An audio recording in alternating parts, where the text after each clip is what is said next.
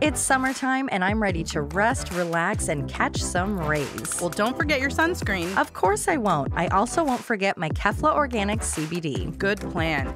Kefla Organics is one of my favorite ways to relax and enjoy the benefits of CBD, whether I'm at home with a tea reading some true crime or laying at the beach on my day off. Kefla Organics is a fair trade, vegan, refined sugar-free CBD company. And at KeflaOrganics.com, you'll find chocolate bars, hot cocoa, chai lattes, and more, making the taking of CBD a lot more enjoyable than a regular tincture. And Murder in the Rain listeners can get 20% off using the promo code RAIN20. So follow at Enjoy Kefla on social media and visit KeflaOrganics.com. Use the code RAIN20 at checkout to save 20% while enjoying guilt-free, stress-reducing, sleep-assisting, delicious Kefla Organics CBD products.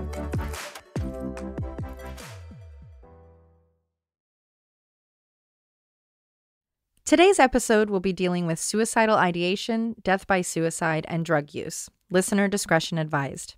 If you are having a mental health crisis, please call 1-800-273-8255. I'm Emily Rowney. And I'm Alicia Holland. This is Bill Camp, the voice of Forensic Files 2 on HLN, and you're listening to Murder in the Rain.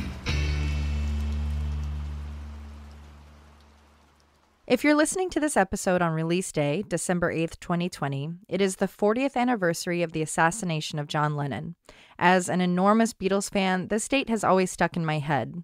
It probably helped that my childhood best friend's birthday was December 8th. Happy birthday, Liz. And I do love the song by the Cranberries, I Just Shot John Lennon. I became obsessed with the Beatles in middle school when the anthology came out. My friend Matt still likes to give me grief about my explosive expose for the school newspaper. Putting my pie chart making and interview skills to the test, I asked the tough questions like, do you think the Beatles will be as popular after the excitement of the anthology has died down? I don't remember the results, but for me, they have only become more loved and my excitement has done nothing but grow. I wasn't alive at the time of his death, but paid my respects to John Lennon by visiting Strawberry Fields and the Dakotas in New York earlier this year when Josh and I went for the Forensic Files 2 premiere. Standing in the same spot Mark David Chapman stood as he raised his gun to shoot John Lennon in the back 4 times was a surreal moment. I know Yoko doesn't like to acknowledge that day in December, and I don't blame her, but I couldn't help but to be inspired by the loss of one of my favorite musicians to tell the story of another and perhaps the most notorious musician death, the Pacific Northwest's own Kurt Cobain. Unconventionally, today's story isn't about a murder being solved, more so what led to Kurt's multi-day disappearance, the discovery of his body, the conspiracies that persist, and what is believed to have really happened. And since there's so much built upon speculation, I'll be throwing in my 2 cents as well.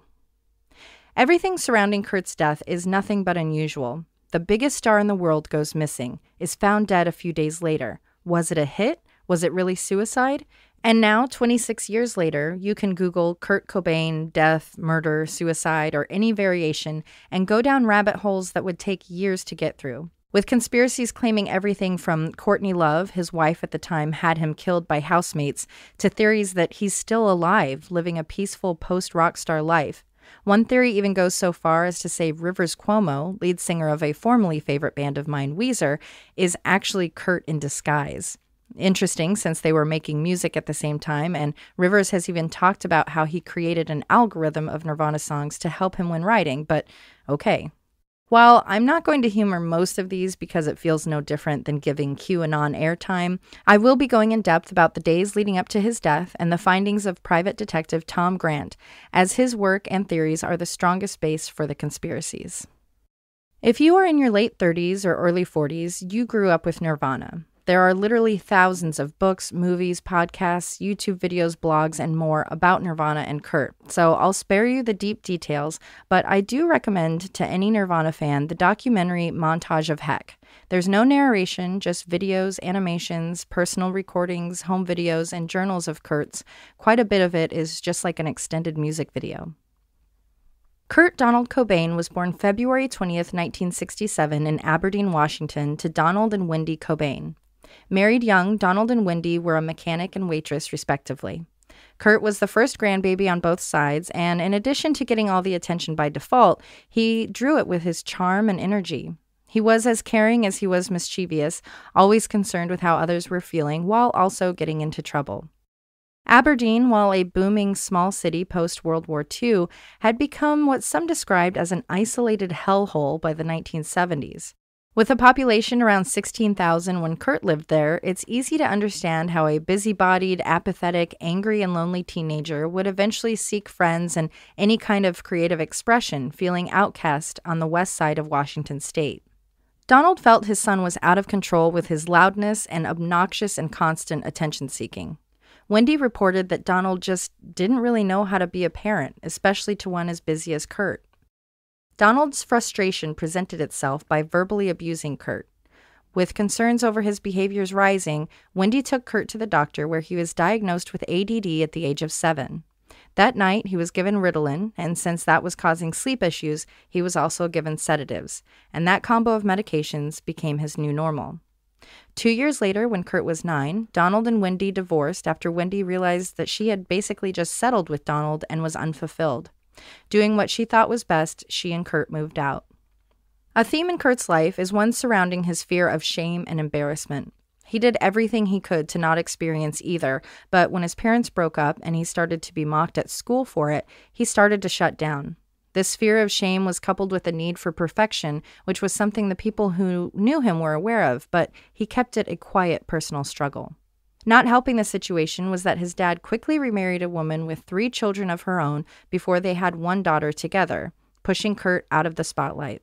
But before it all went downhill, Kurt craved family time at his dad's. He equally craved and had disdain towards his desire to be a settled, happy family unit. Only making matters worse was that his mother remarried a physical abuser. As the bullying at school continued, Kurt started to bring it home, letting out his resentment towards his parents on not only them, but his siblings. As becoming a teenager doesn't help with such feelings and emotional management, his behavior only worsened. Soon after the initial move out post-divorce, his mom realized she couldn't handle him, so Kurt moved in with his dad and stepmom. As those relationships got more strained, he was taken back to his mom's when he was in 8th grade. This was done unceremoniously by him and his things being packed up and dropped off on the front door by his dad. It wasn't long after that Mom learned that she hadn't gotten any better at managing his needs and behaviors, so she sent him to his aunts and uncles. From there, the grandparents. By the time he was 16, he had lived with and been kicked out of the homes of every family member in the area. Now feeling totally rejected, he couch-surfed, going from friend's house to friend's house. Kurt's journals and personal recordings showed he was struggling with what it meant to be a man, especially in a small, typical American town. He was skinny, scrawny, didn't have any traits that he felt were traditionally masculine, and had zero tolerance for toxic masculinity. Not having any girlfriends or having any sex wasn't helping the matter. It was around this age that he recounted his mother becoming verbally abusive. His rebellion was spiraling until he, at 13 years old, found marijuana. When he first started smoking, he felt relieved that he was finally able to function through the day and not be overwhelmed with anxiety and nervous breakdowns. He felt like it was a miracle. But it didn't take long for his tolerance to grow and his anger to build, rearing its ugly head. He started to hang out with kids that felt and were experiencing the same things he was. They started to break into places, smash windows, steal, drink, do drugs. They were on the extreme end of typical teenage rebellion. One such act of rebellion would lead to Kurt's first suicide attempt. When hanging with his fellow angsty teens, they would go to a specific house a few times a week. This house was home to a young woman that was mentally disabled. As Kurt said, they would have referred to her as a mentally retarded person, while he looked at her as more so someone that was slow or illiterate. So the group of guys would go into the house and keep the young woman distracted, while another one of the guys would go down to the cellar and steal booze. At this point, Kurt had decided he was going to jump off a roof, but wanted to know what it would be like to have sex first. He didn't have a lot of options, so he went with what was most readily available, that same young woman at the house. He went over and they talked about having sex before starting to go for it. But then, for reasons I won't get into, suffice it to say there was a lack of pheromone attraction, Kurt left before consummating. When the woman's father came home, she told him what had happened, and word quickly spread. The kids at school then gave him the new moniker, and I apologize in advance for using this language, retard fucker. Unable to handle the shame and embarrassment, Kurt went to the nearby train tracks one night. Stoned and drunk, he laid on the tracks and placed 2 concrete blocks on his body, on his chest and legs, and waited. As he watched the light approaching and the train grew closer, he then realized he had laid on the wrong side of the splitting tracks, and the train just passed him by. Not taking it as a sign so much as a reason he would have to become both physically and mentally stronger, he dreaded the idea of trying to overcome his demons and make friends, as he felt everyone was disingenuous. Just as he had craved the normalcy of family, he felt the same about friendships, but the contrarian in him fought against both. With only 2 weeks left before high school graduation, Kurt learned he would not have enough credits to graduate, so he dropped out. At the same time, his mental health was taking a toll on his life. His journals showed frequent language surrounding mental health, such as crazy, anxious, breakdown, and so forth. Then he finally got his hands on something dark, dangerous, and that he had only ever heard of through the underbelly of the city, a punk rock album. From his first learning of what punk was from a Midwest punk magazine, he was intrigued and wanted to hear it, but Aberdeen was so small they didn't have punk records right away. Then, when he was finally able to hear punk, he fell in love. It was almost like he knew he would love it before even hearing the first note. That was all it took for him to know what he wanted to do with his life. Playing with toy drums and guitars since he was a child, he had become quite skilled on his acoustic guitar as a teenager. As he aged, it became one of his only tools for solace, and he knew he was going to become a singer-songwriter. An hour east in Olympia, the punk scene was blossoming into something of legend, so he started his first band, Fecal Matter, which would go through multiple member and name changes before, in 1987, with Chris Novoselic and Dave Grohl, becoming Nirvana.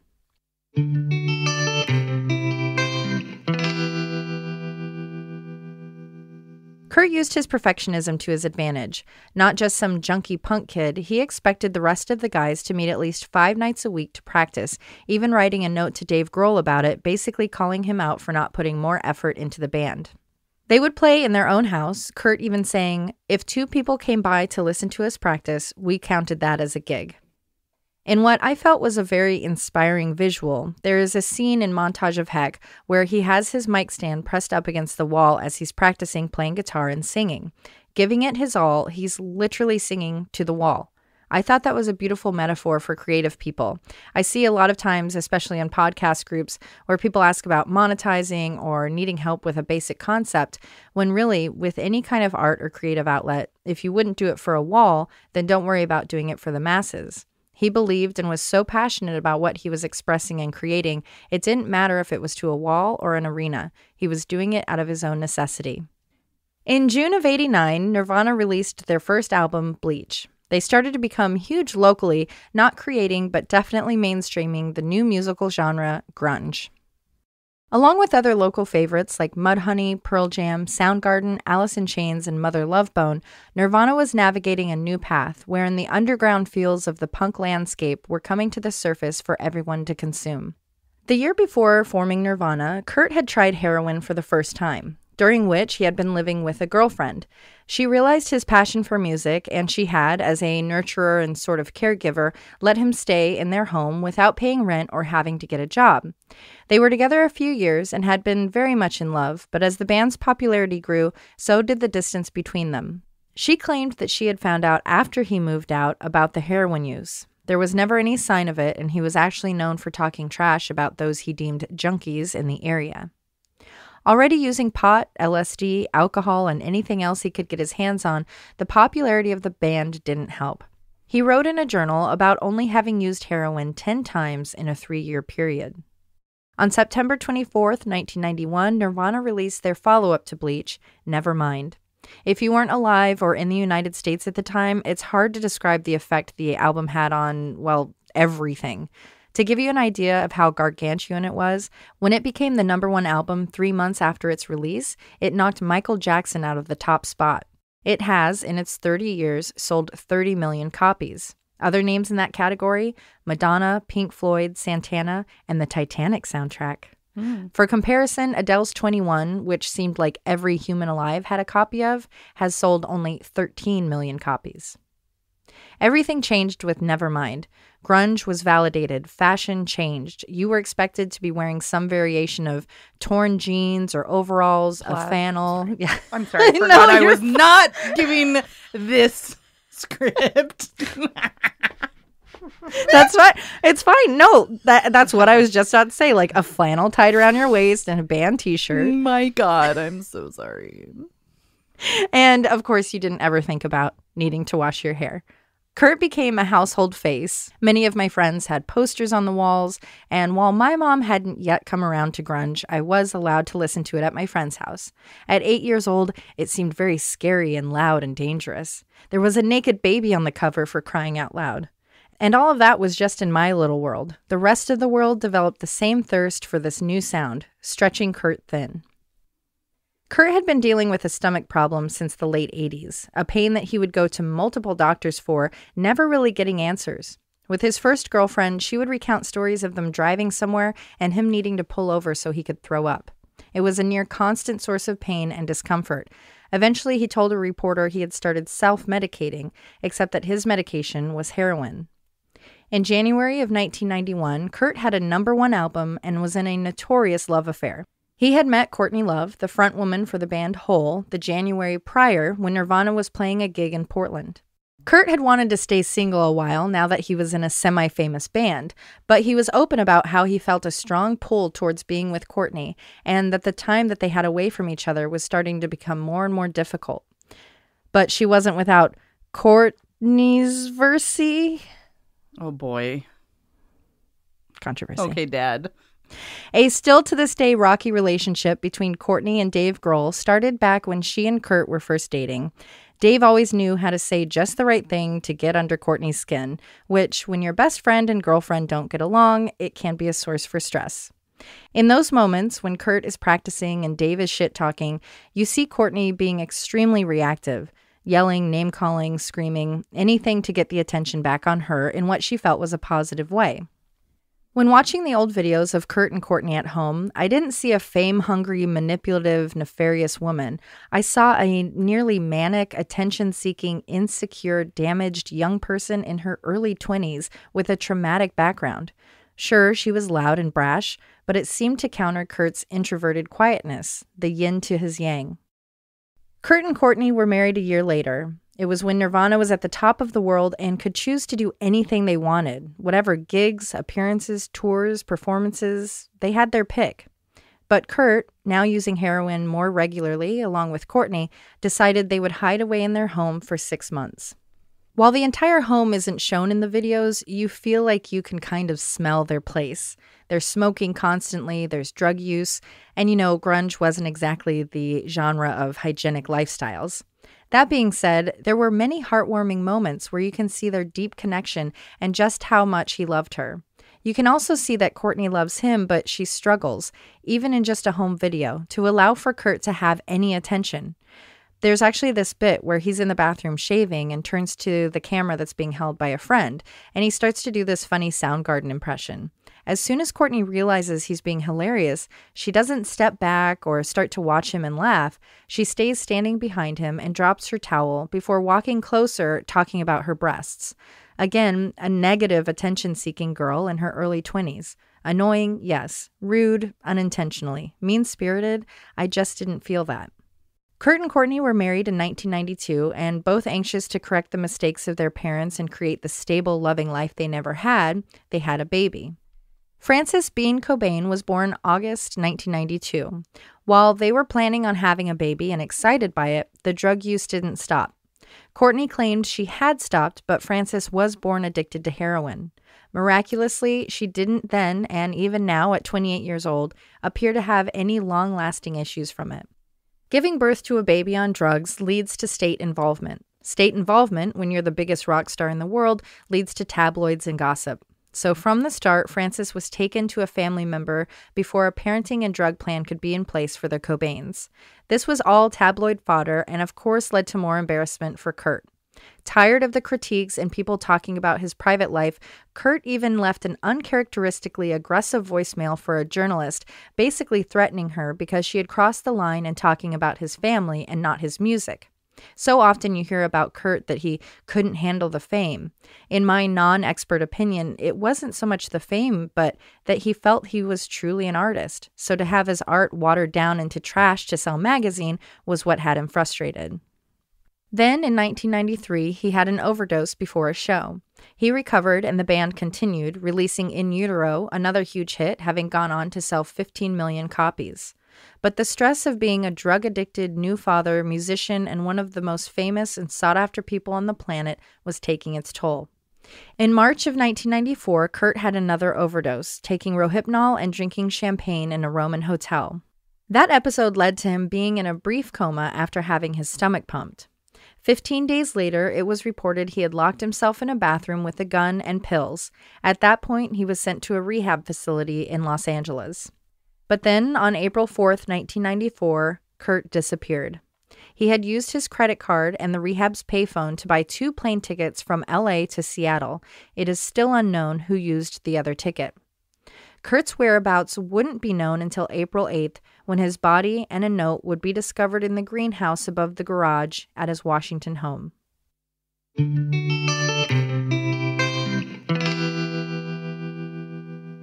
On April 5th, the day after leaving rehab, Kurt had put a shotgun in his mouth and pulled the trigger after shooting up with heroin. An MTV News special report on a very sad day. Kurt Cobain, the leader of one of rock's most gifted and promising bands, Nirvana, is dead, and this is the story as we know it so far. Cobain's body was found in a house in Seattle on Friday morning. He was dead of an apparently self-inflicted shotgun blast to the head. Police found what is said to be a suicide note at the scene, but have not yet divulged its contents. Cobain, who was 27, had reportedly been missing for about 6 days, according to his mother. Or that's what the Seattle Police Department reported. While I'm not a conspiracy theory person, I do want to share some of the ideas surrounding Kurt's death because they are ubiquitous. When Courtney learned Kurt had left the facility in LA, where she also was, but in a hotel, she hired a private investigator, former West Hollywood police officer Tom Grant. I reached out to Tom about an interview, but he politely declined, stating he had been burned too many times by bad editing on other podcasts and had given many interviews. He also gave permission for us to use clips from his website. After Tom was hired, he decided he had come to a different conclusion than the police, and he used his findings to create the docudrama film Soaked in Bleach. While I am personally working on not talking badly about things people spend time and effort in creating, this film was a mess. It's not bad in that it's unwatchable, it's bad as in this dude sucks. As his film feels like a lot of opinion, I'll be sharing my counter opinion and any counter evidence to what he shared in the film. Right out the gate, Courtney, while yes, she was a young, high Courtney Love, is portrayed as a charlatan mess that couldn't wear entire outfits or tell the truth. Tom was offended by her using the F word upon their meeting, and he has even claimed that early in his investigation, he was looking towards her as a suspicious person. Okay, so you've been hired by a famous person with a drug problem, and you're surprised that she's a bit off. There's one point where in the same sentence, he's expressing frustration about her not telling him the truth and that she was actively using heroin. Kind of a count the votes or stop counting situation. Additionally, Courtney is one of only 2 women talked to or about. I'll get to the other woman later. Even in the dramatic reenactments, you can tell that Tom was a burnt-out cop that had been dealing with drunkies and fame whores of West Hollywood for a long time, and his patience for such people was a 0. It felt like he had disdain for Courtney from the start. By the end of my yelling at the TV for 2 hours, I walked away with a few thoughts. Yes, there are parts of the investigation that should be reviewed. Yes, there are potentially things that happen that might point away from suicide. Tom Grant maybe hates women, and Tom Grant has a lot of white male rage. Finally, the whole thing seems like a big excuse for why he wasn't good at his job. Instead of saying, I screwed up and should have done XYZ, he doubles down on his screw-ups and makes excuses or passes the blame for all of them, never taking into account the mental capacity of the people he was trying to work with, people that were under the influence and probably struggling with other mental health issues. In my opinion, all of his buck passing canceled out most of his theories for me. That if he had taken a little bit more responsibility, his ideas might have had some more credibility. He ended up coming off as judgmental and egotistical, that this wasn't about Kurt, it was about how Tom is right, damn it. And now he's built too much of a following to be able to step back and say, hey guys, maybe we should consider other options. So what was it that he found, and what do people have to say about Kurt's death? Obviously, the foundation for most conspiracies is that Kurt wanted a divorce, but Courtney didn't because of their prenup, so she either aided or hired someone to murder him. Tom claimed Kurt ignored over a dozen of Courtney's calls while he was in rehab. That does sound like perhaps they were having marital troubles, so that's fair. Except that if she was in LA and didn't know where he was and he wasn't taking her calls, how would she know what to tell a hitman? On Thursday, April 7th, Tom and Dylan Carlson, Kurt's best friend, joined up to talk about Kurt and if Dylan felt suicide was something he should be worried about. Dylan swore up and down that Kurt would never do that, so they went to the house. While Kurt's house was in an affluent neighborhood, it wasn't a kind of fenced-in Hollywood mega mansion. It was, in total, 8,000 square feet. At the house, they searched through the bedroom and found a package of sedatives. Dylan said that they were from England and they were prescribed. Courtney said the same. So, through the house, they continued their search, but found nothing. If you've ever seen any of the photos or videos from the house, you'll notice that pulling into the driveway, there's a house to the right, but straight ahead is the garage. Above that is a kind of walkway with a railing surrounding what was the greenhouse room. That greenhouse was where, even then when Tom was searching, Kurt's body was lying. While I'm not blaming him for not looking there, I do take issue with it. One, if you're searching a house, especially if you think someone may have killed themselves, wouldn't you at least ask if there is a garage? The garage is a very common place for people to take their lives. Number two, Tom claims, as does another person in the documentary, that as he was pulling up, it was rainy and dark, making the structure impossible to see. I know I wasn't there and I can't speak for it, but I find it really hard to understand how your headlights wouldn't have at least hit on the building or that you wouldn't have taken a flashlight to look around the property. He claims that this was part of the proof that Dylan was in cahoots with Courtney to hide what they had done, because it was Dylan's fault for not pointing out the garage.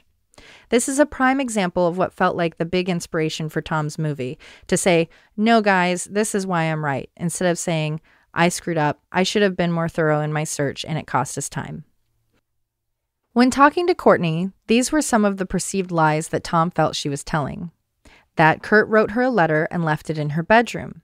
She claimed to have given it to a detective working the case, who then told her to destroy it because it wouldn't do her any good and had hurtful language and threats of divorce. Tom claimed he didn't find it the night he was looking through her room, but he also missed an entire garage, so... But yes, it does sound odd to tell someone to burn a letter from their now deceased husband, so this one maybe falls in the category of they're both wrong. Tom took issue with Courtney filing the police report and using Kurt's mom's name. He thought it was so she could lie on it, saying Kurt was missing from rehab, had a shotgun, and was suicidal. But, I mean, at least two of those things were accurate. This was also coming from a woman that had just spent a lot of time in the tabloids and was fighting to keep her child. So my non-professional guess would be that she was actually trying to deflect attention. While telling Kurt's background story, Tom literally talks only to childhood friends. And I mean no offense to those people, but the presentation gives the feel of them being real hanger-on types. Like that they didn't have a deep or close relationship with Kurt, but maybe went to school or hung out with him here and there. Again, I don't know the truth surrounding their relationships, but the storytelling is very suspicious. For example, one guy says, "My last memory of Kurt," and I thought the end of that sentence would be something like, "We were playing guitar at my house," or "We were partying before he moved." Instead it was, "I went into a gas station and heard his death announced on the radio." To me, that's just not really a memory of a friend. It's related, but not what feels genuine. All these same friends, totally different ones than those that were in the Montage of Heck film, talk in ways about Aberdeen that just don't seem to jive, especially for those in the Pacific Northwest that have either been to Aberdeen or similar towns. It's not that they don't have their charms. They just also, like everywhere around here, have a crushing sadness to them. It's part of the Northwest's charm. So to have them all say he was optimistic and didn't seem depressed and that he was loving living in Aberdeen just kind of hit wrong. Almost like it's so far the other way it's silly. It felt as though Tom would have cut it if anyone had said something along the lines of, yeah, we were all depressed, it's cloudy a lot, people work crappy jobs, no one has any money, and drugs are everywhere, but he was always excited to party with everyone. While continuing with his backstory, there is never a mention of Kurt's childhood trauma. His parents divorcing, being bounced from house to house, his parents' verbal abuse, his mom's abusive boyfriend, drug use at a young age, and so on. Which, when you're talking about someone that may have taken their own life, it's probably important to talk about what the groundwork was to his life and mental health development. They do touch on the rumors that multiple people in his family had died by suicide and that Kurt felt he had a suicide gene. These still remain debated, as Tom's film showed that they were accidental deaths, and other articles mentioned different family members that did in fact take their lives. When Tom was first hired, he met with Courtney and they discussed how she had cut off Kurt's credit cards in order to track him down, knowing he wouldn't be able to handle being on his own. She speculated that perhaps he was hanging with his newer and very close friend Michael Stipe of REM. He wasn't, and Michael has since gone on to say that he knew Kurt was experiencing untouchable levels of anguish during that time, that Michael even presented different project ideas to Kurt as he hoped it might pull him out of the dark place he was clearly in. If it wasn't a friend he was with, Courtney went on to speculate that perhaps Kurt was having an affair, and that was who the second ticket was for. This led to further conversations about the letters and talks of divorce.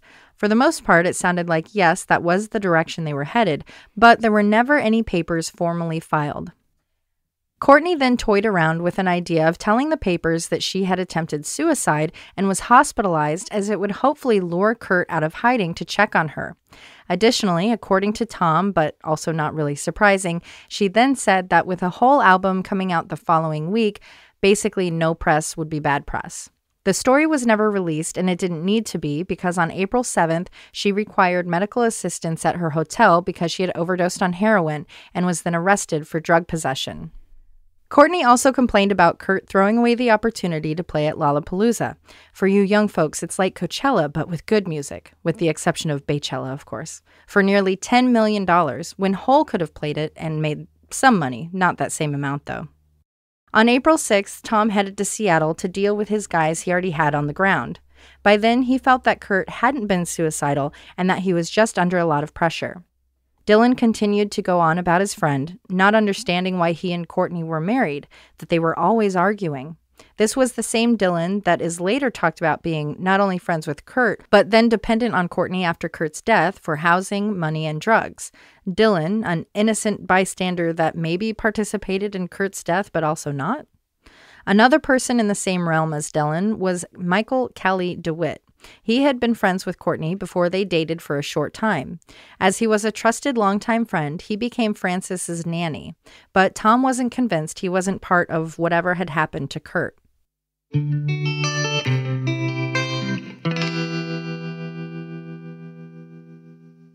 During one of Tom's visits to the house prior to Kurt being discovered, Tom found a note left on the stairs. It was written by Callie, the nanny. It read, "Kurt, I can't believe you managed to be in this house without me noticing. You're a fucking asshole for not calling Courtney and at least letting her know you're okay. She's in a lot of pain, Kurt, and this morning she had another accident and now she's in the hospital again. She's your wife and she loves you. You have a child together."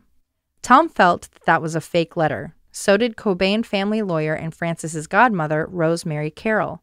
She agreed with Tom that she felt the note was a setup, either throwing people off their trail or framing Courtney. Then came the discussion about Rome. There is a pretty wide acceptance that what had occurred in Rome, with Kurt overdosing and ending up in a coma, was merely an accident, and Courtney didn't talk about it as being a suicide attempt until after Kurt was deceased. There are also conflicting reports on if he had taken just a few pills or dozens. I have a personal motto for relationships, that no one knows what is going on in them except for the two people involved, and I feel like no relationship is a better example than Kurt and Courtney's. While yes, his lyrics, writings, and drawings were dark and clearly written by a person struggling with demons, Chris Novoselic even said it was clear in Kurt's art from the beginning that he was struggling with a sadness. When asked about his lyrics, especially ones like "I hate myself and want to die," Kurt said they can be taken as seriously as a joke. But again, was that satire or a way to cover his true feelings? And in the Rolling Stone interview shortly before his death, Kurt claimed he was the happiest he had ever been.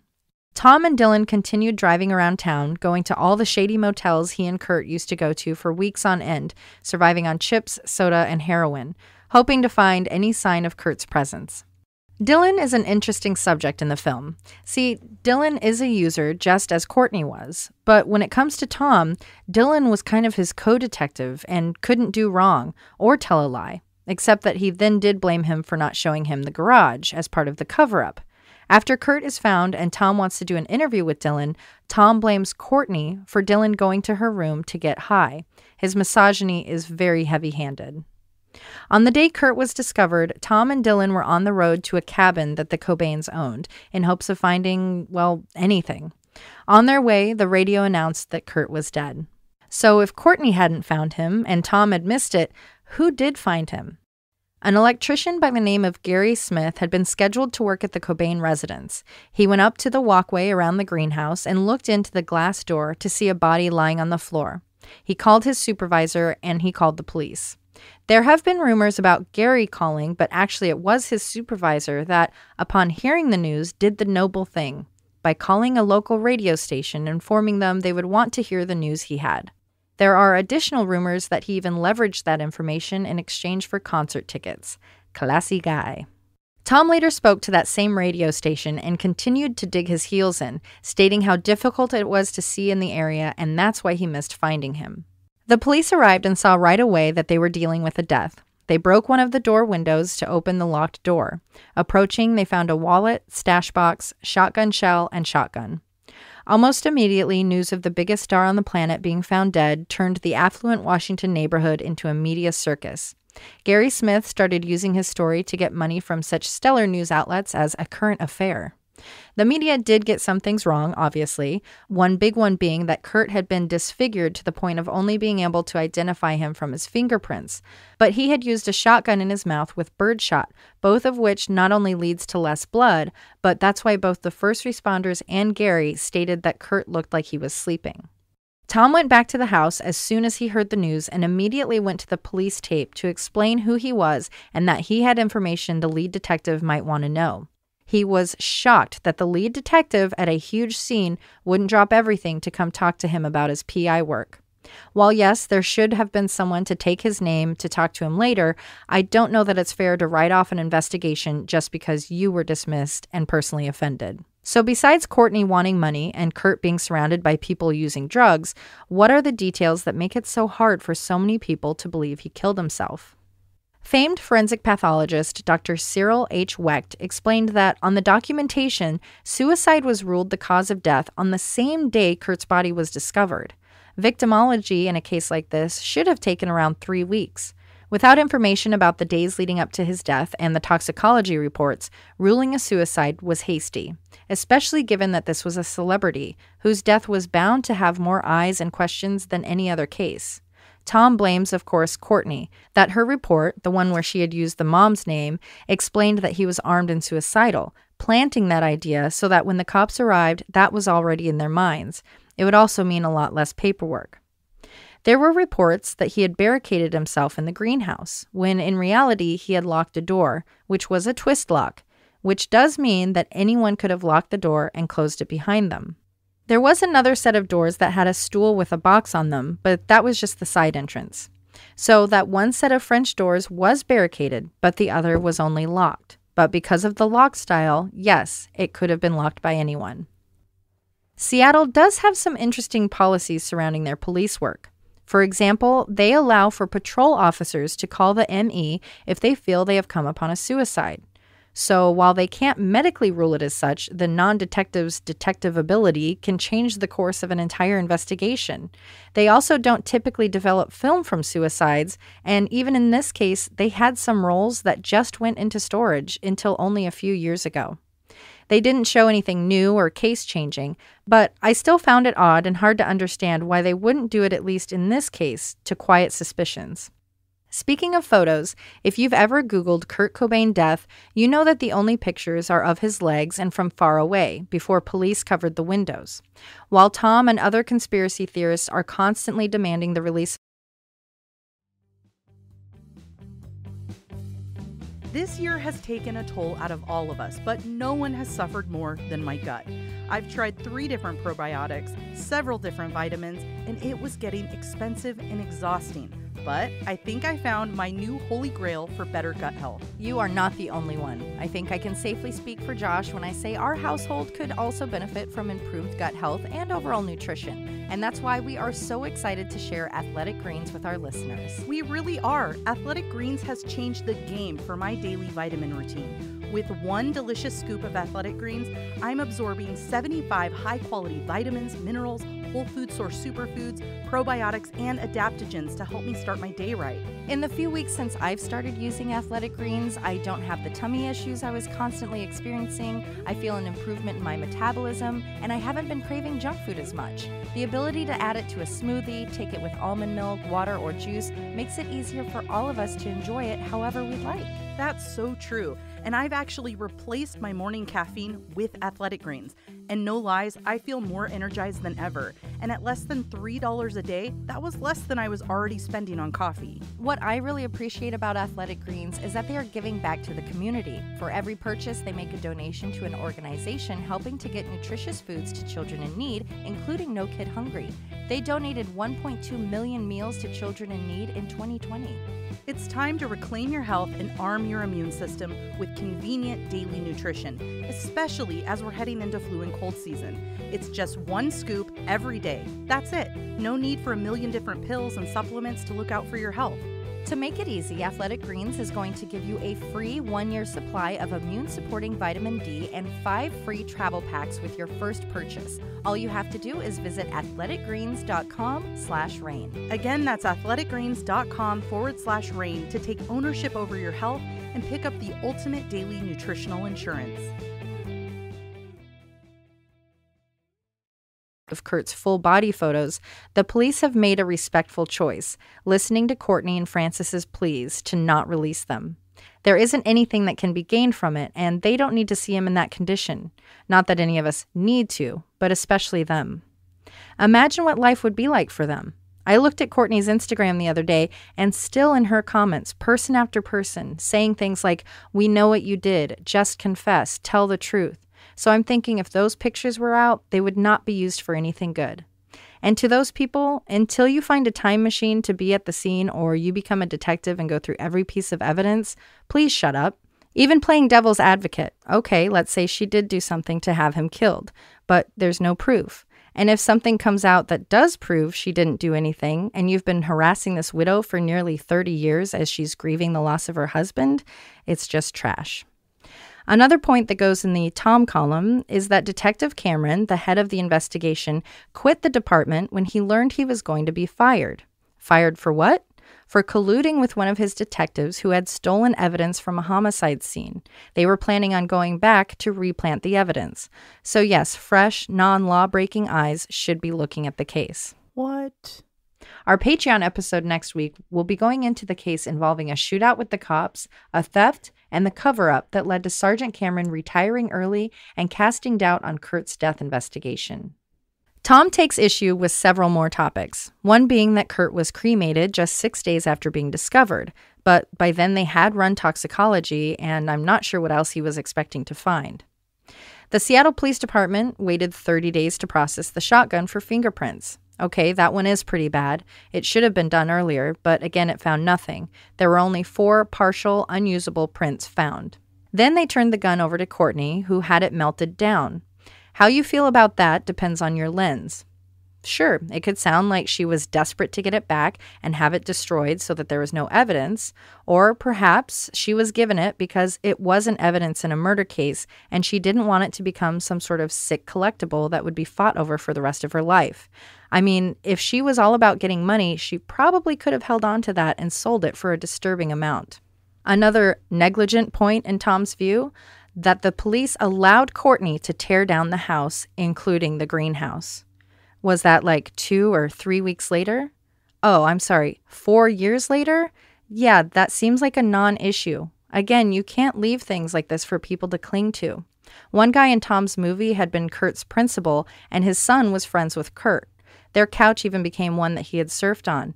And the guy still had it and was proudly showing it off. So it's not hard to imagine how people would act if they had access to the greenhouse. While Kurt had been using heroin, it was the amount of heroin in his system that does bring up the most red flags. It is reported in Tom's film that he had 1.52 milligrams in his system, a nearly instantaneously fatal dosage. This topic has brought division to the forensics world, that because he was a user, he was able to shoot up before getting the shotgun and assuring his death because his tolerance was so high.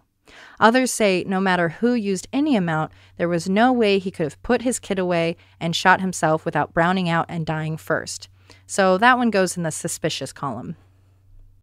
When Kurt shot himself, he was sitting on the floor with the shotgun between his legs as he reached down to pull the trigger, which sounds innocuous, but the gun was found with the trigger up and his left hand gripping the barrel. Again, that doesn't sound that odd, except that there was a shotgun shell to his left side, opposite of where it should have landed because the exit chamber was on the right side. Shotguns have quite the kick, so I don't know, perhaps it moved, or even as he fell back it rolled, but he did have a literal death grip on it with his left hand. That led people to think that he must have been holding it that way, meaning the shell couldn't have gotten to the other side. But even a decapitated head can live for up to 20 seconds. So could he have fired the shot, fallen back, causing the gun to turn and his grip to tighten later? Maybe. The other option is that someone was there trying to kill him, and they both sat on the ground, held the gun in his mouth, upside down, and killed him before they kicked or maybe moved the shell. In the greenhouse was a note stabbed into some soil with a red pin, the body of which everyone feels belongs to Kurt, that it looks like his normal writings and tone. But the last 4 lines are not only written differently, but have language that some people feel wasn't his. The note reads as follows. To Buddha. Speaking from the tongue of an experienced simpleton who obviously would rather be an emasculated infantile complainee, this note should be pretty easy to understand. All the warnings from the Punk 101 courses over the years, since my first introduction to the, shall we say, ethics involved with independence and the embracement of your community, has proven to be very true. I haven't felt the excitement of listening to as well as creating music along with reading and writing for too many years now. I feel guilty beyond words about these things. For example, when we're backstage and the lights go out and the manic roar of the crowd begins, it doesn't affect me the way in which it did for Freddie Mercury, who seemed to relish in the love and adoration from the crowd, which is something I totally admire and envy. The fact is, I can't fool you, any one of you. It simply isn't fair to you or me. The worst crime I can think of would be to rip people off by faking it and pretending as if I'm having 100% fun. Sometimes I feel as if I should have a punch-in time clock before I walk out on stage. I've tried everything within my power to appreciate it, and I do. God, believe me, I do, but it's not enough. I appreciate the fact that I and we have affected and entertained a lot of people. It must be one of those narcissists who only appreciate things when they're gone. I'm too sensitive. I need to be slightly numb in order to regain the enthusiasms I once had as a child. On our last 3 tours, I have had much better appreciation for all the people I've known personally and as fans of our music, but I still can't get over the frustration, the guilt, and empathy I have for everyone. There's good in all of us, and I think I simply love people too much, so much that it makes me feel just too fucking sad. The sad little sensitive, unappreciative Pisces Jesus man. Why don't you just enjoy it? I don't know. I have a goddess of a wife who sweats ambition and empathy, and a daughter who reminds me too much of what I used to be, full of love and joy, kissing every person she meets because everyone is good and will do her no harm, and that terrifies me to the point where I can barely function. I can't stand the thought of Francis becoming the miserable, self-destructive death rocker I've become. I have it good, very good, and I'm grateful, but since the age of 7, I've become hateful towards all humans in general, only because it seems so easy for people to get along that have empathy, only because I love and feel sorry for people too much, I guess. Thank you all from the pit of my burning, nauseous stomach for your letters and concern during the past years. I'm too much of an erratic, moody baby. I don't have the passion anymore, and so remember, it's better to burn out than to fade away. Peace, love, empathy, Kurt Cobain. And these are the last 4 lines that people say are different. Francis and Courtney, I'll be at your altar. Please keep going, Courtney, for Francis, for her life, which will be so much happier without me. I love you. I love you.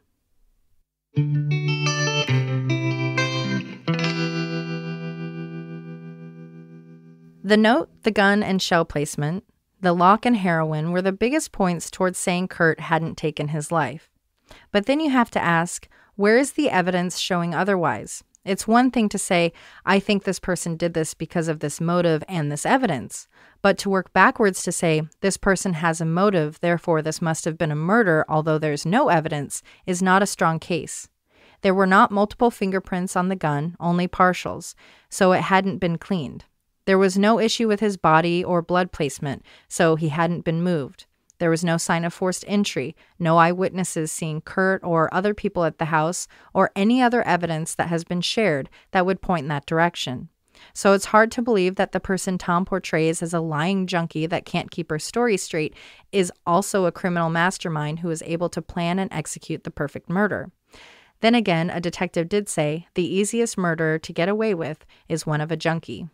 I'll get to why we shouldn't dismiss suicides of famous people, but first I'll take the conspiracy theory bait.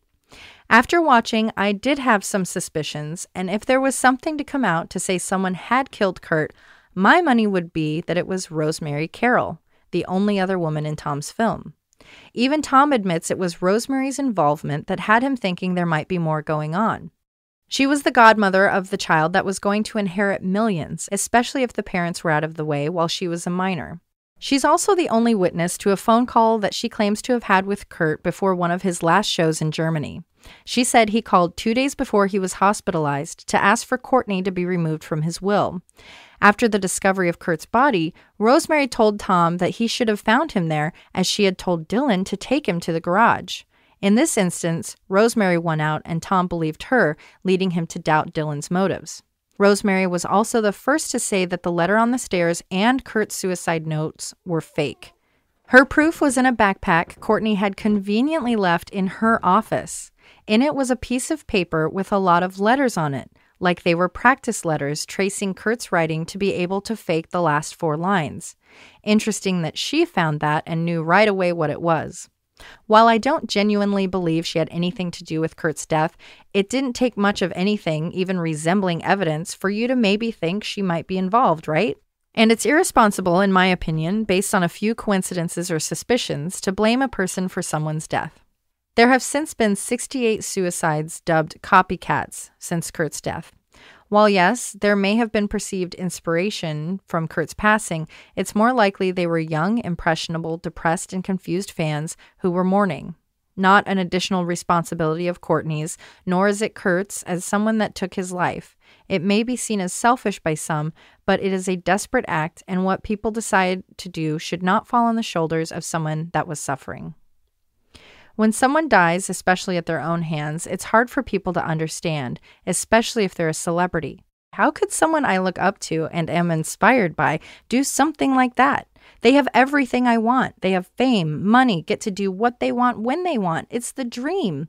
And if they can't make it, it feels scary because life is hard enough. And if someone with everything can't make it, how are us regular schlubs supposed to? But when someone does take their own life and we dismiss it, it is invalidating. There are people suffering who might not know how to talk to someone about it. Maybe it's shame, maybe it's fear. But if you're unable to accept that someone famous has killed themselves, it makes it even harder for your friends to believe they will be heard and supported. It has actually been shown that, while our instinct is to not talk about suicide, it's more helpful if you do. To ask those questions and have those difficult conversations could save someone's life. If you feel someone in your life is suffering with suicidal ideation, or perhaps you are, there are some basic, less scary questions you can ask that will help you understand how serious things are. Do you have times where you wish you didn't wake up in the morning? Have you thought about hurting yourself? Have you made an actual plan as to how you would do it? There are more questions, and while those may sound scary, asking yourself or a loved one could really help put things into perspective to understand that the person is probably safe or maybe they need help. And shaming, blaming, or denying someone's death by suicide only adds to the shame of having those feelings. That's not to say you can't question things. And yes, I agree with the chief of police that the Kurt investigation should be reopened. There's nothing bad that could come from it. Either it closes the case for good and answers all the questions, or it shows that there were flaws in the investigation and the police can apologize, make it right, and potentially get a killer off the street, whoever it may be. Tom continued his investigation even after Kurt was found. He felt he was hot on the trail of Courtney and even informed her he would be looking into everything. Her response was, "Yeah, Tom, do whatever it takes. I want to know everything that happened." Which, if I had gotten away with murder, I would say, "No, thank you. You've done your job and I don't want any more attention on anything. Thank you. Good day." There are obviously a million more details to this case, another reason it keeps the conspiracies going. And perhaps it's that arguing what his end was is keeping him alive. If we refuse to embrace the idea that a musical genius megastar would end his life and is gone, we can continue his existence in our world. So, what do you think happened? I would love to hear from you guys. Okay, I wouldn't love a 12-page email manifesto of why it was Courtney, but if you have thoughts, either from your own research or from today, be sure to send us an email at murderintherain@gmail.com. I'm truly interested in your thoughts.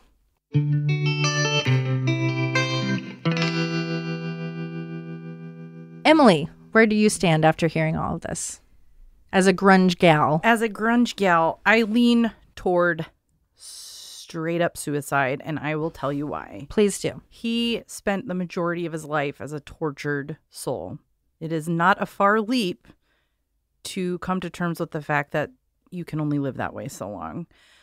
I've never seen evidence that swayed my opinion otherwise, to be honest. And, you know, I'm not a professional on this conspiracy theory train, but I think it's really hard to let go of someone who's so important in your life. And he was to all of us, feeling those feelings, you know, your angry teen. You know, look at Tupac too. It's like, right. We all do, oh, he's alive somewhere on an island. It's just hard to let someone so important go. So I could see why people look for evidence. That there's an otherwise. Emotional connection that's almost like a family connection. You know, that person got me through hard times. They can't be gone. Absolutely. But I wouldn't not want it to be reopened and looked at because I feel like maybe there was something missed or absolutely right. So what's the harm in taking have a third party take a look and then I think it's close. Right now it's still like an embarrassment thing that they're not reopening. Sure, you know that they don't want to be seen as wrong, but hopefully that changes soon. Also, it has been almost 30 years, and isn't there a term for the number of people it would take to be quiet in a conspiracy? I don't know. There's something where it's like, you know, if 9/11 was that's impossible. A completely inside job, it would be, you know, 380 people or whatever.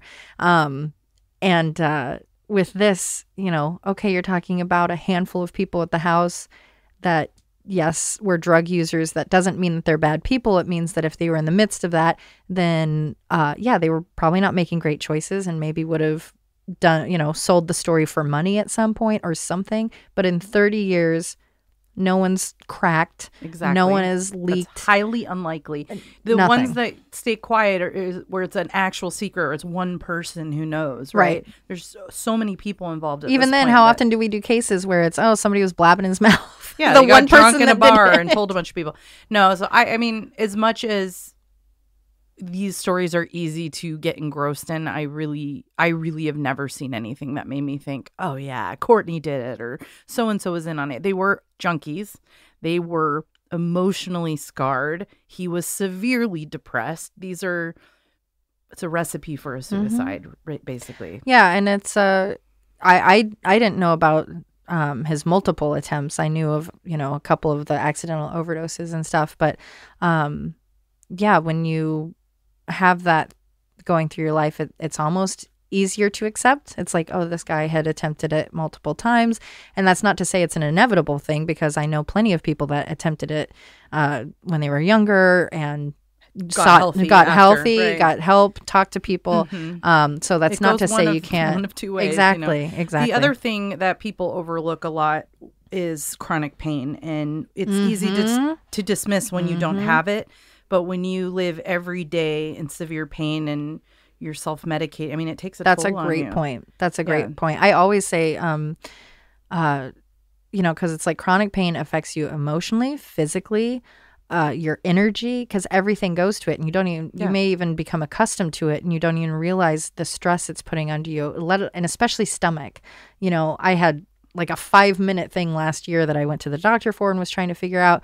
And that was all consuming, you know. I have chronic neck pain, and there have been days where I just cry like when will this end? Yeah. So, and that's just a little tiny glimpse into what somebody's going through. Like, I can manage mine with a chiropractor and weightlifting and things. Right. But if it's your stomach and there's nothing you can do and I'm besides sure, get high. Like, I'm sure the amount of that pain that was probably coming from his anxiety that he had since being so young. Absolutely. And medication. And I was going to ask you, did anything come of the autopsy that would explain it? Like, did he have, what do you call them, ulcers or something? The autopsy has not been released.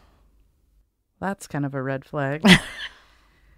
That's my understanding. And the first thing that popped in my head when you talked about his chronic pain of his stomach and self-medicating was we have to know what caused that. I mean, yes, anxiety will do that. That's how a lot of anxiety manifests, right? People chronic diarrhea, things like that.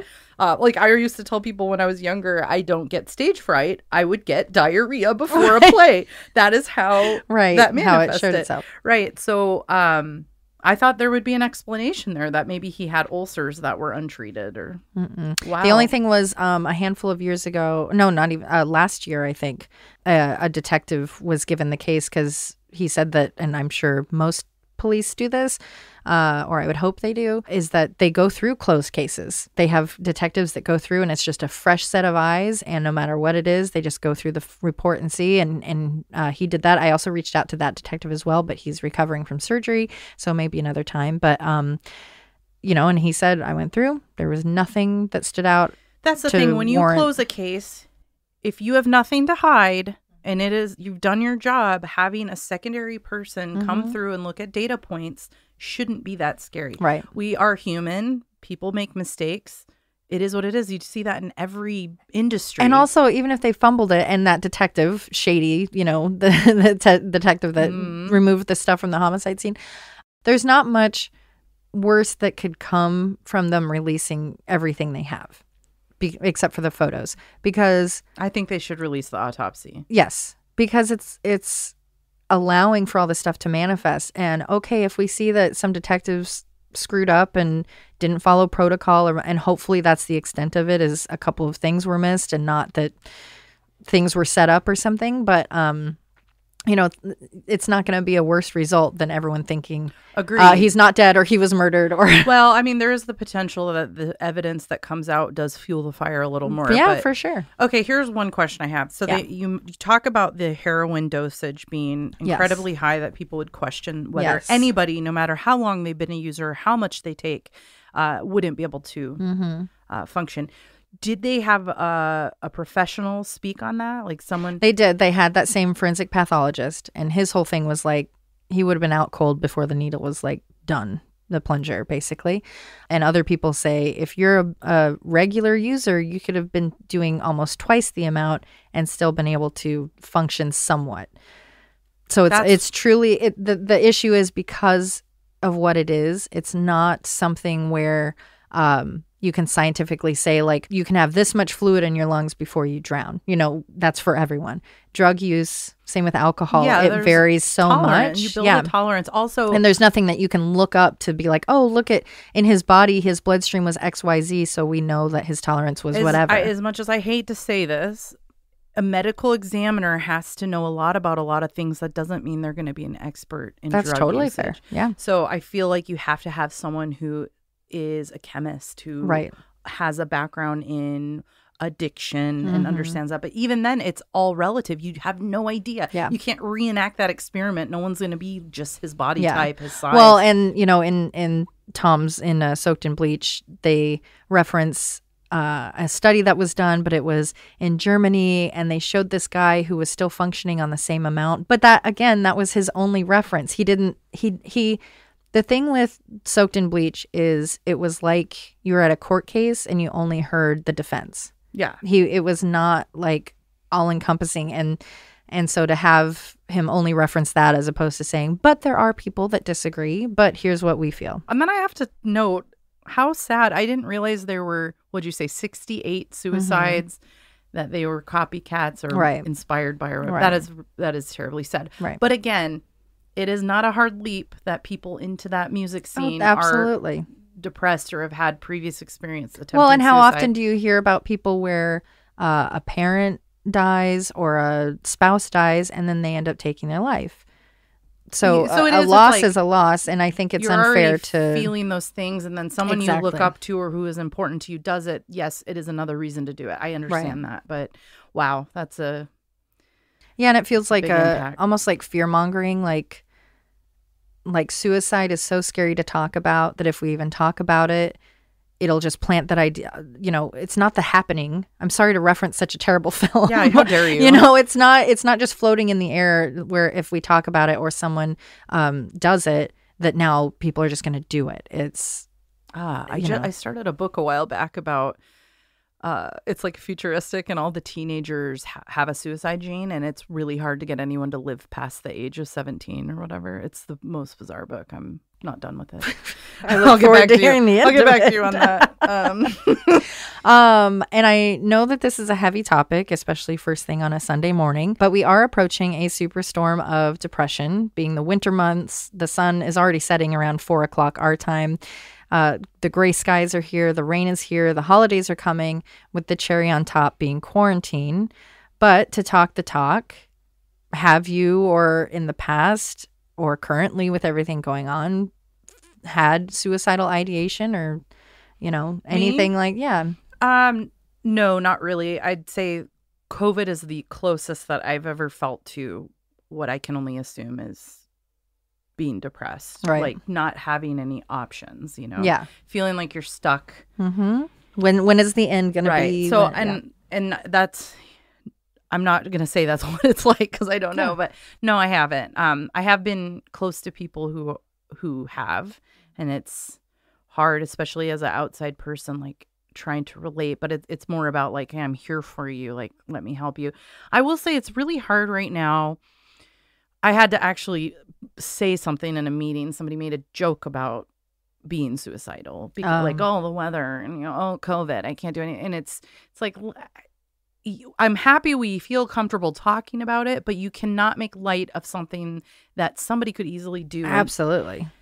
So that's been a frustration of mine. I feel like as I get older and work in corporate America, more and more people joke about it, and it's hard. And it's hard to be like the negative Nancy that's like, hey, right, it's a real problem. Can we not make because light of it's this? so misconstrued as like, oh, we can't make any jokes, and it's more like, well, no, what people if are struggling what with if you're it. in a meeting with someone who has suicidal thoughts? Mm-hmm. It's exactly like what I was saying about not accepting Kurt's. If you're making a joke of it, okay, well, I know I can't come talk to you because you find that to be a joke. You're not going to take my feelings seriously. If I hear you talking about it and like, oh, yeah, suicide, I'm going to kill myself.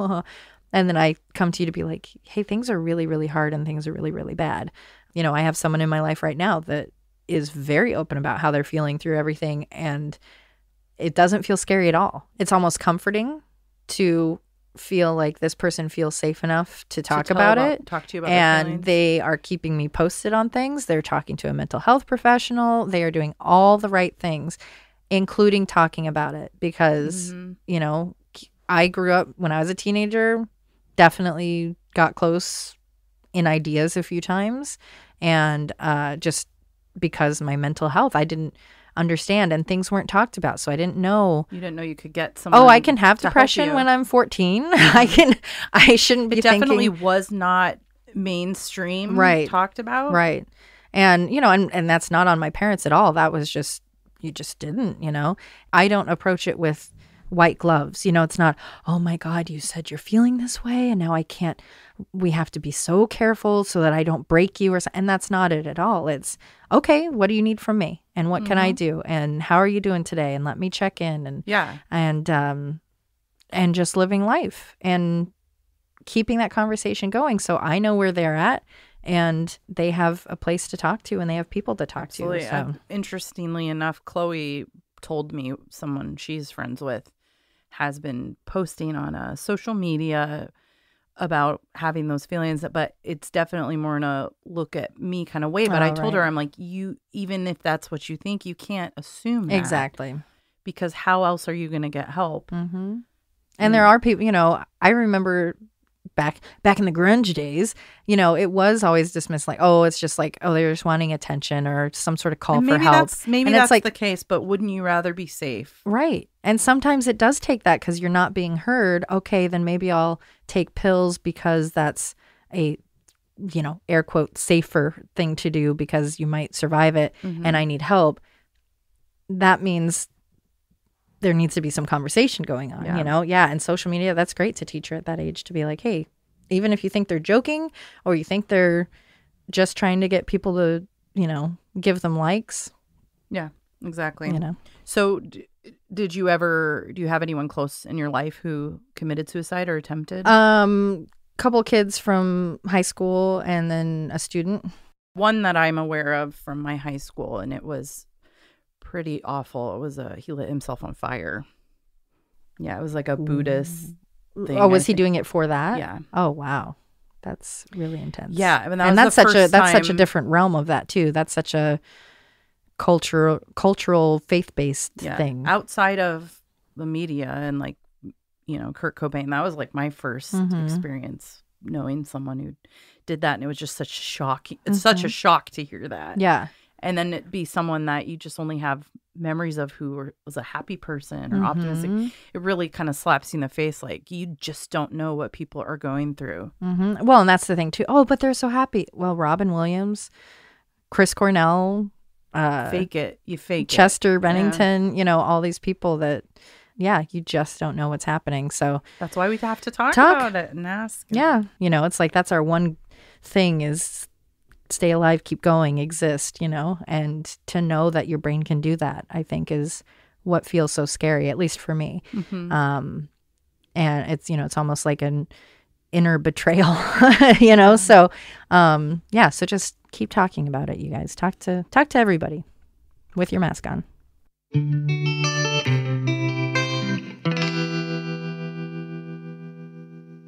Kurt Donald Cobain was yet another member of the 27 Club, a young, unworldly, talented person gone too soon. His lifelong struggle with attachment, attention, rejection, anxiety, stomach pain, addiction, depression, while being a musical genius, should be acknowledged. For you mental health folks, he had a very high ACE score and checked many boxes on the National Suicide Assessment. Relationships were strained, drug use was prevalent, and his emotional toolbox was mixed up with a stash box. I'm a fan of Occam's razor, that the simplest explanation is usually the right one.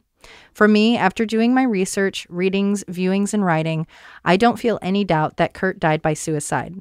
I wasn't there, so I can't say 100%, but the evidence, even with the mistakes by the police and peculiar issues through the case and with the people involved, there's nothing to really prove otherwise. Perhaps if he had been able to find support that showed him the same love that he had for people, a doctor that wouldn't stop until they solved his stomach problem, people in his circle that weren't in it for the fame, money, or drugs, mental health professionals that could hear him and give him the tools necessary to manage his emotions, he might still be with us today. But because people took his story as their own and decided they knew him better than anyone or that he would never do something like that, he can't rest in peace. While I clearly have my feelings about Tom, I will say I find myself agreeing with Norm Stamper, who was the chief of police at the time. He is skeptical of the police work and says that at the very least, the case should be reopened, and if they made mistakes, they need to correct them. Interesting fact for you old school Portlanders, I had never realized until during the research for this story that Kurt was found wearing a Tom Peterson watch. I nearly dropped one of my 2 Tom Peterson mugs. If you or anyone in your life is struggling with any mental health issue, please reach out to a friend, a loved one, or call the hotline at 1-800-273-8255. You're not alone in your feelings, especially right now, and you still have a lot to offer the world. Don't let today take all of your tomorrows.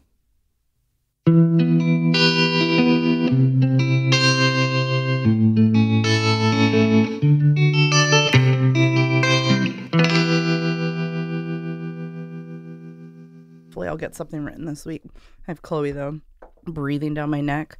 Mom, give me attention. Mom. Feed me. Hang out with me. She can feed herself. She's Show 11. me affection. Love me. Last night she was like, let's go hang out in your bed and wrestle. And I'm like, oh my God, you're still such a child. That's so fun. She likes it when I like throw her into the bed. Yeah. Get a bucket and a mop for this wet ass. I like micro penises because they fit really well into my ear. Here's the thing. Even when I was a meat eater, I struggled with hot dogs because one, the little ends were disgusting. And I like the butthole ends. Oh, could not do it. And I'm the way like, it God, it might have Jesus Christ. Oh, you said my friend. I think you said my horse. my ponies. Or My Little Ponies. Oh, your little ponies had a whole My thing. little pony specifically, not I my gotcha. larger Not your- pony. Not your real, or whatever. Not my real size pony. Yes, real doll ponies. Ew. Mr. Hands makes a comeback. Real pony. That's the worst product ever. With lifelike features. It neighs. No, Wicker- it doesn't. It wickers. It never, says nay. Yes. You like that joke, Em, about horse sex? Do you want us to keep talking about it? With I sausage? was actually not listening. I was Oh. thinking about how I could teach you French braiding. There is one guy in my past that I am shocked didn't give me anything. Not creating, but definitely mainstreaming the new musical genre, grunge. And wait for it. Are you wanting it now? Grunge. Dot. It could be this long and be fat and I'd be happy. I'm right here sitting in front of you. Your clit is a fat little knob. No, but I'm a fat dick. Side note, my dad's best friend growing up is the bass player of Soundgarden. I'll call my dad after. Hang out with him. You are sick. So many wrong things in this room today. Kurt had wanted to stay single a while now that he a man told her a story about a man cutting off someone else's hands. I will just say it involves bracelets, drugs, and seagulls. Italians were not fond of us when we got there. Fair. And I had braces, so they were not interested Ugly in that. Americans. I was not ugly. No. looked I cute in meant braces. To them. the term Yeah. ugly. Yes, I'm sure you were adorable and good to go. Sure was. A lot of kids Your favorite lost phrase. their Oh. virginities on that trip. Yeah, That's cool. 16 going to Europe. Yeah. Oh, I plan on losing my virginity when we go to Europe. yeah, me too. One of Anal. But I've been in that bathroom. Oh, of course you have. Blasting beefers. I think harmonica. You're playing the harmonica? Steven Tyler. Honking on Bobo. Honking on Bobo? I think it's an album or a song that he has, Steven Tyler. It's called Honkin' on Bobo. It's his harmonica. Isn't that weird that I know that and that I said it?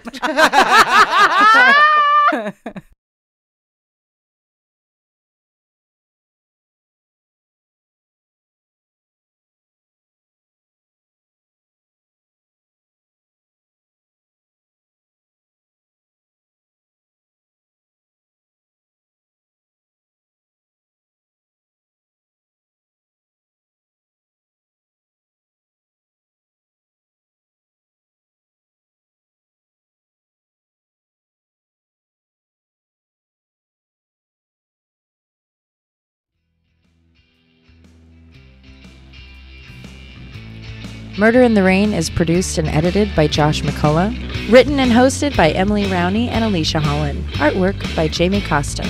Music by Kai Pfeiffer at kyfifer.com. Check out our website, murderintherain.com, for additional information on all cases, a fun interactive map, and be sure to subscribe so you can receive our newsletter. Check out the Mad Props page for coupon codes from some of our sponsors. We love your reviews and seeing them on all streaming platforms, especially iTunes. And check us out on Facebook, Instagram, and Twitter. And suck my balls. Please put that in.